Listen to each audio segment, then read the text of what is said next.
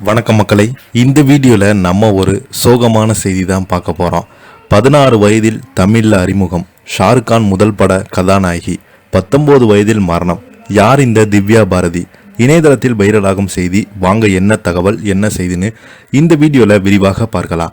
அதுக்கு முன்னாடி முதன்முறையாக நம்ம சேனலை ஃபஸ்ட் டைம் பார்க்குறீங்கன்னா சப்ஸ்கிரைப் பண்ணாதவங்களாம் சப்ஸ்கிரைப் பண்ணிக்கோங்க. பெல் பட்டன்ஸ் மூலமிக்கி நம்ம சேனலோட நோட்டிஃபிகேஷனை எனபிள் பண்ணிக்கோங்க. நாங்கள் போடுற வீடியோ எல்லாமே உங்களுக்கு உடனுக்குடனே வந்து சேரும். வாங்க என்ன தகவல்னு பார்க்கலாம். 1990ஆம் ஆண்டு 16 வயதில் நிலா பெண்ணே என்ற தமிழ் திரைப்படத்தில் திவ்யா பாரதி திரையுலகில் அடியெடுத்து வைத்தாங்க. இந்த படம் தோல்வியடைந்தது. சினிமா உலகில் குறுகிய காலத்தில் முன்னணி நடிகையாக உயர்ந்த ஒரு நடிகை திருமணமான சில நாட்களையே மர்மமான முறையில் இறந்த சம்பவம் அன்றைய காலகட்டத்தில் பெரும் அதிர்ச்சியை ஏற்படுத்திய நிலையில் அந்த நடிகை இன்றும் பலருடைய இதயங்களில் வாழ்ந்து கொண்டு இருக்கிறாங்க. அந்த நடிகை வேறு யாரும் கிடையாது, திவ்யா பாரதி தான். ரசிகர்கள் இன்றும் நம்ப முடியாத ஒரு மரணம் நடிகை திவ்யா பாரதியுடைய மரணம்தான். ஓரிரு வருடங்கள் 10க்கும் மேற்பட்ட திரைப்படங்களை நடித்த இவங்க தனது வசீகரமான அழகினாலும் திரை ஆளுமையாக ரசிகர்கள் மத்தியில் அதிக கவனம் இருந்தாங்க.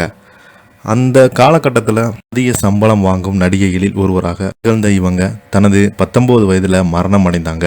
அவரது மரணம் குறித்து மர்மமான சூழ்நிலைகள் சர்ச்சையாக உள்ளது.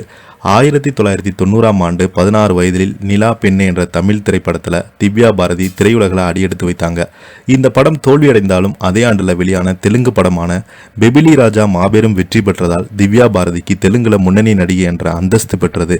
தெலுங்கு படங்களில் நடித்த பிறகு 1992ஆம் ஆண்டு வெளியான விஸ்வமதா என்ற ஆக்ஷன் த்ரில்லர் படத்தின் மூலம் இந்திய சினிமாவுக்கு நுழைந்தாங்க. 1992 வெளியான ஆக்ஷன் காமெடி திரைப்படமான ஷோலா அபு ஷபன் அவரது வாழ்க்கையில் ஒரு திருப்பு முனையாக அமைந்தது. அதே ஆண்டில் ஷாருக்கானுடன் இணைந்து நடித்த திவானா திரைப்படம் அவருக்கு சிறந்த புதுமுக நடிகைக்கான ஃபிலிம்பேர் விருதையும் பெற்று தந்தது. திரையுலகில் அடுத்தடுத்து வெற்றி படங்களை கொடுத்த திவ்யா பாரதி 1993ஆம் ஆண்டு ஏப்ரல் 5ஆம் தேதி மும்பையில் உள்ள தனது 5 மாடு குடியிருப்பின் பால்கனியிலிருந்து தவறி விழுந்து மரணமடைந்தாங்க. திவ்யாவுடைய அகால மரணத்தை சுற்றி பல மர்மங்கள் நிலவுகிறது.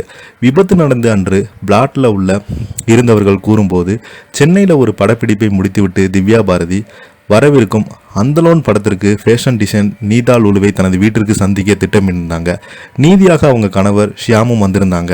அனைவருமே மது அருந்தி கொண்டிருந்தாங்க. திவ்யாவுடைய வீட்டு பணிப்பெண் அமிர்தா விருந்தினருக்கு சமைத்து கொண்டிருந்த திவ்யா பால்கனியில் சுவரில் ஏறி அமர்ந்து திரும்பிய போது சமநிலை தவறி கீழே விழுந்ததாக பலத்த காயமடைந்த திவ்யா சிகிச்சை பலனின்றி உயிரிழந்தாங்க. 1992ஆம் ஆண்டு 93ஆம் ஆண்டுகளில் திவ்யா 17 இந்தி படங்களில் நடிச்சிருக்கிறாங்க. ஒரு புதுமுக நடிகையை பொறுத்தவரை ஒரு சாதனையாகும். உருவம், ஒற்றுமை, நடிப்பு, பாணி காரணமாக திவ்யா பாரதி அன்றைய சூப்பர் ஸ்டார் நடிகை ஸ்ரீதேவியுடன் பலருமே ஒப்பிட்டிருந்தாங்க. பாலிவுட்டில் ஷாருக்கான் அறிமுகமான திவானா படத்தின் கதாநாயகியாக திவ்யா பாரதி தான். மரணத்துக்கு பிறகு 1993ஆம் ஆண்டு டிசம்பரில் வெளியான சசஞ்சரா திவ்யாவின் கடைசியாக வெளிவந்த திரைப்படம் தான். திவ்யா இருந்தபோது அனில் கபூர், ரவீனா டான், திவ்யாலகுஸ்ன், விஜய் உட்பட பலருமே நடிக்க முடிக்கப்பட்டிருந்தது. மிக குறுகிய காலத்திலேயே தயாரிப்பாளராக இருந்த ரகசிய திருமணம் செய்து கொண்டாங்க. 18 வயதில் நிறைவந்த உடனே 1992ஆம் ஆண்டு திவ்யா பாரதி சாஜித் திருமணம் செய்து கொண்டதாக தெரிவிக்கப்படுகிறது. இதை பற்றி நீங்கள் என்ன கீழே உள்ள கமெண்ட் பாக்ஸில் மறக்காமல் பதிவிடுங்க. இந்த வீடியோ பிடிச்சிருந்தால் லைக் பண்ணுங்கள், ஷேர் பண்ணுங்கள், கமெண்ட் பண்ணுங்கள். நன்றி, வணக்கம்.